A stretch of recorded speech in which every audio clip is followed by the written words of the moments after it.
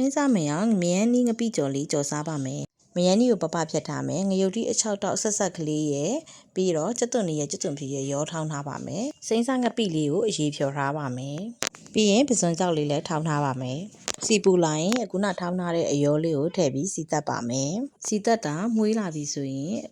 စုံစည်းရည်လေးထည့်ပါမယ်စုံစည်းရည်လေးထည့်ပြီးလို့စီပြန်လာပြီးရေလေးလက်ခန်းလာပြီးဆိုရင်အခုနစိမ့်စားငပိရေဖြော်ထားတာလေးထည့်ပါမယ်စိမ့်စားငပိလေးမှုေးလာတဲ့အထိစီတက်ပေးပါမယ်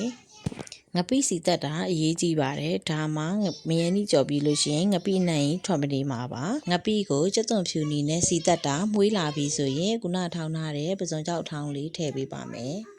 ပစွန်ကြောက်ကိုလည်းမှုေးလာတဲ့အထိစီတက်ပေးပါမယ်